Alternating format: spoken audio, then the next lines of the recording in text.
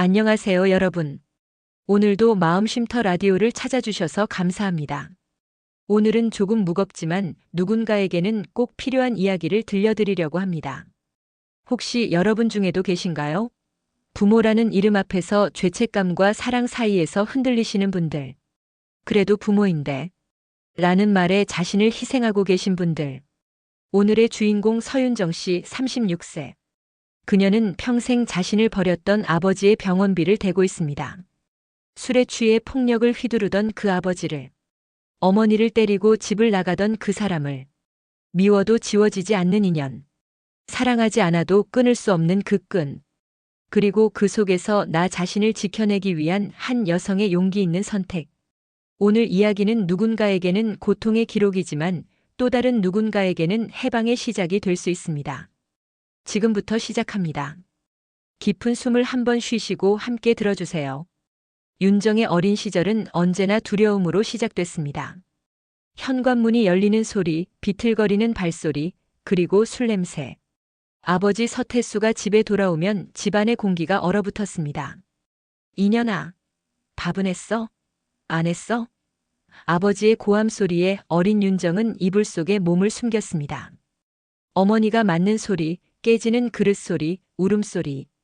그 모든 것이 윤정의 귓가에 각인됐습니다. 초등학교 3학년 어느 날 아버지는 또 다른 여자를 만나고 있다는 사실이 밝혀졌습니다. 어머니는 울며 짐을 쌌고 윤정의 손을 잡고 집을 나왔습니다. 그날 밤 비가 내렸습니다. 윤정은 어머니 등에 엎여 친척 집으로 향하면서 뒤를 돌아봤습니다. 아버지는 현관 앞에 서 있었지만 그들을 막지 않았습니다. 이혼 후 아버지는 시골로 내려갔습니다. 연락은 끊겼고 윤정은 어머니 손에서 자랐습니다. 가난했지만 적어도 두렵지는 않았습니다. 어머니는 새벽부터 밤까지 일했고 윤정은 공부에 매달렸습니다. 엄마처럼 고생하며 살지 않겠다는 다짐으로 대학을 졸업하고 직장을 구했습니다. 평범한 회사원이 됐습니다. 작은 원룸에서 혼자 살며 조금씩 저축도 했습니다. 아버지 생각은 거의 하지 않았습니다. 아니, 하지 않으려고 애썼습니다. 아버지는 나에게 부모이기보다 늘 불안의 시작이었다. 윤정은 가끔 혼잣말처럼 중얼거렸습니다. 그리고 그 기억을 가슴 깊이 묻어두려 했습니다. 28살 봄날 윤정의 휴대폰이 울렸습니다. 모르는 번호였습니다. 여보세요? 서윤정 씨 맞으세요?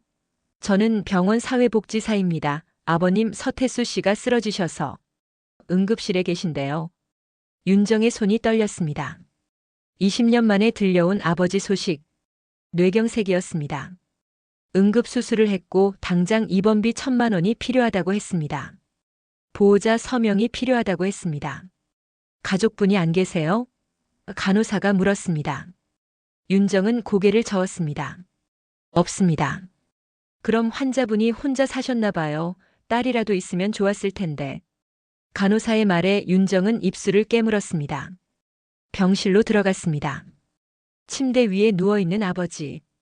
20년 만에 본 얼굴은 낡고 주름져 있었습니다. 한쪽 팔은 마비됐고 말도 제대로 하지 못했습니다. 윤정을 보자 아버지의 눈에서 눈물이 흘렀습니다. 정아. 어눌한 발음이었습니다. 윤정은 그 자리에 서 있을 수밖에 없었습니다. 미워할 수도 그냥 돌아갈 수도 없었습니다. 결국 윤정은 보호자 서명을 했습니다. 병원비 1,000만 원을 카드로 긁었습니다. 그날 밤 윤정은 병원 화장실에서 소리 없이 울었습니다. 나는 그렇게 아버지의 보호자가 되어 있었다. 어린 시절 나를 버린 사람의 손에 내 이름이 대신 적혀 있었다. 아버지는 퇴원 후 요양병원으로 옮겨졌습니다. 한 달에 200만 원. 윤정의 월급은 300만 원이었습니다. 원룸 월세 50만 원, 생활비, 그리고 아버지 병원비. 계산이 맞지 않았습니다. 윤정은 저축을 깨기 시작했습니다. 그리고 신용카드를 돌리기 시작했습니다. 점심은 김밥으로 때웠고 옷은 몇 년째 같은 것을 입었습니다. 그런데 아버지는 끊임없이 돈을 요구했습니다. 윤정아, 담배 좀 사다 줘. 병실 사람들이랑 치킨 먹고 싶다. 이거 잠깐이야. 내가 다 나으면 갚을게. 윤정은 알고 있었습니다. 갚을 일은 없을 거라는 것을. 아버지는 평생 그렇게 살아왔으니까. 어느 날 윤정의 통장 잔고가 마이너스가 됐습니다. 카드값이 밀렸습니다. 회사에서 급여 압류 통지를 받았습니다. 30대 직장인이 신용불량자가 될 위기에 처한 것입니다. 윤정은 아버지에게 말했습니다. 아버지, 저도 이제 한계예요. 돈을 더 드릴 수가 없어요. 아버지는 화를 냈습니다. 네가 내 딸 맞아? 부모가 아프면 자식이 돌보는 게 당연한 거 아니야? 그 말에 윤정은 입을 다물 수밖에 없었습니다. 그래도 부모니까 자식이니까 그 말들이 윤정을 짓눌렀습니다. 아버지의 통장에 돈이 빠져나갈 때마다 내 마음에서도 무언가 빠져나가고 있었다. 퇴근길 버스 안. 윤정은 창밖을 바라보며 멍하니 있었습니다. 비가 내리고 있었습니다. 빗소리를 들으니 어린 시절 기억이 떠올랐습니다. 비 오는 날이었습니다. 초등학교 2학년이던 윤정은 학교에서 돌아와 현관문을 열었습니다. 거실에서 아버지가 어머니를 때리고 있었습니다. 인연이 돈을 어디다 썼어? 어머니의 비명소리. 윤정은 울면서 아버지에게 매달렸습니다. 아빠, 그만해. 엄마 때리지 마. 하지만 아버지의 손이 윤정의 뺨을 때렸습니다. 윤정은 넘어졌고 입에서 피가 났습니다. 그날 밤 어머니는 윤정을 안고 울었습니다. 미안해, 윤정아. 엄마가 무능해서. 윤정은 어머니의 등을 쓰다듬었습니다. 7살 아이가. 그 기억이 아직도 선명합니다. 30년이 지났지만 지워지지 않습니다. 그런데도 윤정은 그 사람의 병원비를 내고 있습니다. 그 사람의 밥값을 떼고 있습니다. 나는 나를 때리던 사람의 밥값을 내며 살고 있었다. 버스에서 내린 윤정은 편의점에서 소주 한 병을 샀습니다. 집에 돌아와 혼자 마셨습니다. 취하고 싶었습니다. 이 기억들이 흐릿해지기를 바랐습니다. 하지만 술을 마실수록 기억은 더 선명해졌습니다. 윤정은 핸드폰을 집어들었습니다. 통화 목록에는 아버지 마이너스 요양병원이라는 이름이 있었습니다. 삭제 버튼을 눌렀다가 다시 취소했습니다. 몇 번을 반복했습니다. 핸드폰을 손에서 놓은 채 그저 울었습니다. 왜 나한테 이러는 거야? 윤정은 친한 언니에게 고민을 털어놓았습니다. 커피숍에서 언니는 윤정의 이야기를 듣더니 단호하게 말했습니다.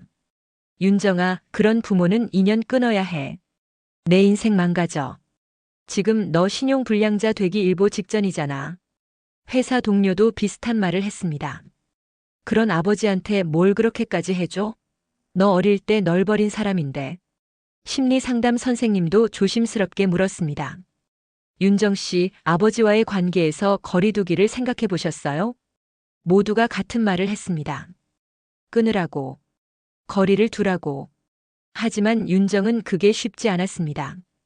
인연은 칼로 자르듯 끊을 수 있는 걸까? 그 사람이 내 피 속에 흐르는데. 윤정은 밤마다 고민했습니다.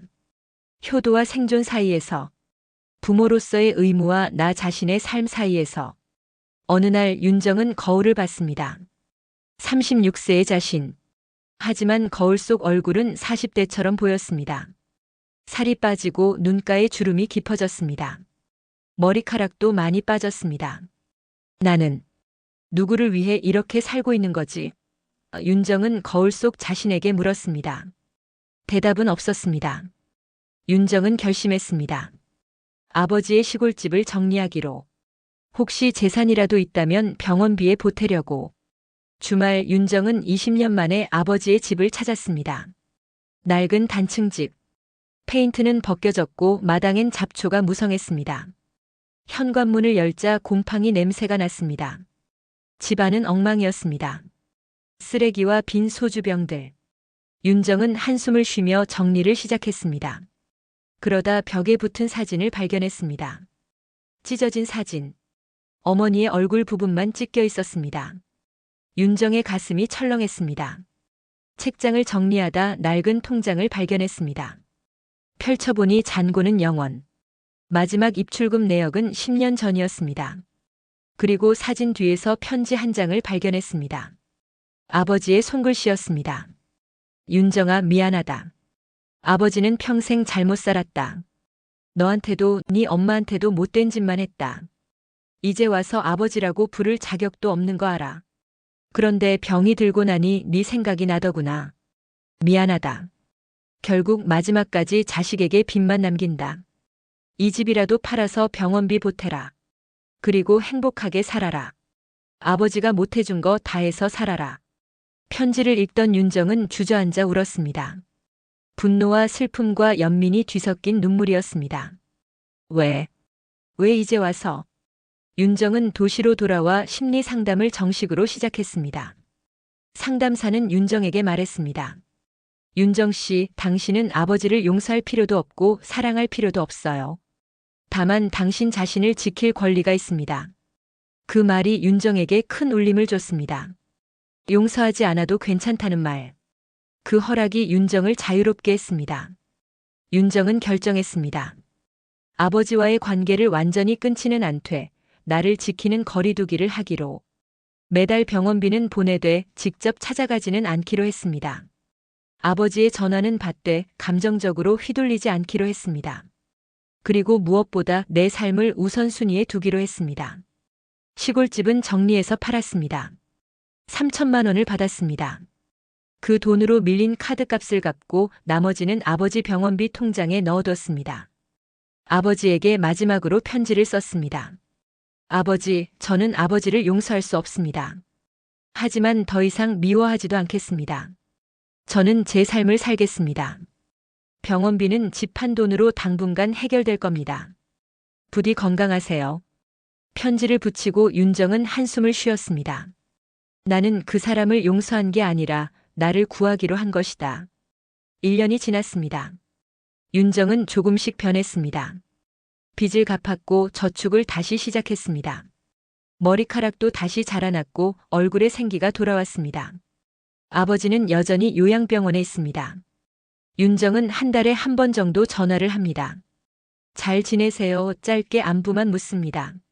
아버지도 더 이상 돈을 요구하지 않습니다. 윤정은 요즘 그림을 배우고 있습니다. 어릴 적 꿈이었습니다. 주말마다 화실에 가서 붓을 잡습니다. 캔버스에 색을 칠하면서 윤정은 평온함을 느낍니다.